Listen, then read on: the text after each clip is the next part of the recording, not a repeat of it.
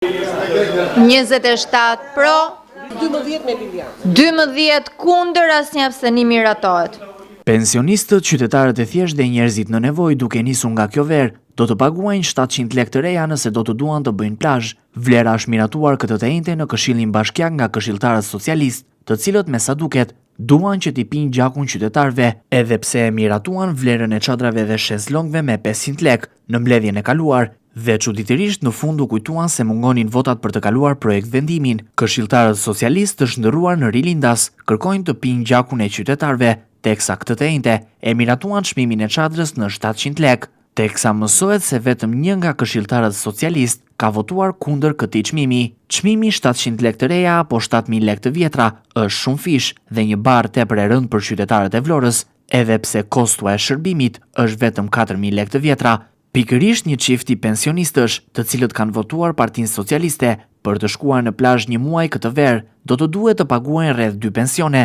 Mirë turistët, por qytetarët vlonjat ku do të bëjnë plazh dhe në fakt do të përfundojnë nëpër shkallët e betonit të shëtitores, ku do të shtrihen me çarçaf në beton apo do të marrin çadra shiu me vete për të mbrojtur nga dielli, por mësohet se kryetaria e Bashkisë së Vlorës Brunilda Mersini nuk është as pak dakord me shifrën e vendosur prej 700 lekësh. Pikërisht për këtë arsye, në zgjedhjet e pjesshme të vitit të kaluar për kryetarin e bashkisë, kanë votuar vetëm 8% dhe këta janë ata, pensionistët dhe qytetarët e thjeshtë, të cilët këshilltarët socialist ua bën çadrën 700 lekë të njëjtë, pasi facebookistët nuk votojnë, ndërsa rinia është larguar. Pikërisht votën kryetaria e bashkisë dhe kjo mazhorancë e kanë nga këta njerëz, të cilët çadrën këtë të njëjtë ua bën nga 5000 lekë në 7000 lekë. Sipas këshilltarëve të opozitës, misioni i bashkisë nuk është që të grumbullojë fitimet nga çadrat e qytetarëve, por të ofrojë shërbim për qytetarët. Nëse ju e keni çmim sikurse e keni parë, do të thotë, atëherë ju nuk synoni të ofroni një shërbim për qytetarët, po kërkoni që plazhi publik ta ketë një biznes për të siguruar të ardhurat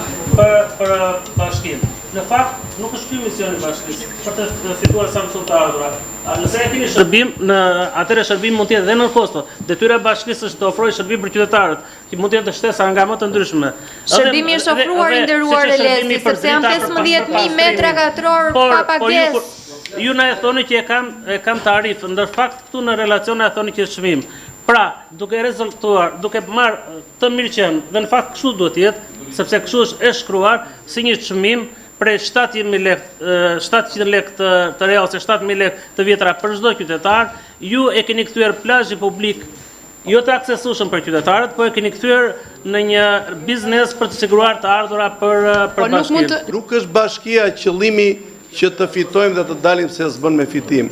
Prandaj, administrata në qoftë se më tregon 4 kupona tatimor, ta dëgjojnë dhe kolegët socialistë që çmimi ka qenë 15000 lekë, unë votën time kam pro, po jo të gënjeni deri tani të tregoni historia të ndryshme. Pra, ta falenderojmë hapin pozitiv të bashkisë për këtë veprim që po bën, por e dyta, ju lutem bëni shpallje publike dhe ju siguroj që në qoftë se bashkia do të kishte bërë në faqen zyrtare shpallje publike, do shikoni sa çadëre do t'ju vinin me çmime të ndryshme dhe qytetarët do ta merrin dhe me 4000 lekë çmimin. Radhën e kaluar që ne diskutuam këtë projekt vendim, është për të ardhur keq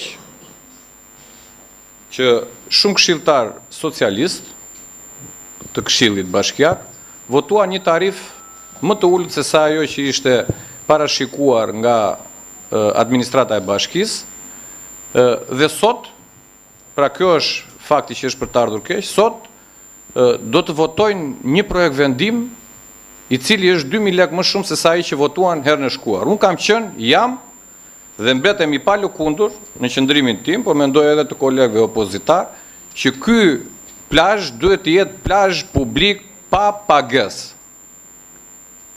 Tentativa për të futur edhe për të hedhur i syve qytetarëve që ne këtu tani ata që ishin operator që funksiononin, nuk do jenë më, do ta marri bashkia do të japi ca shokëve dhe shoqeve të kryetares së bashkisë, cilët do bëjnë miliona lek apo qindra mijëra euro në sezonin turistik.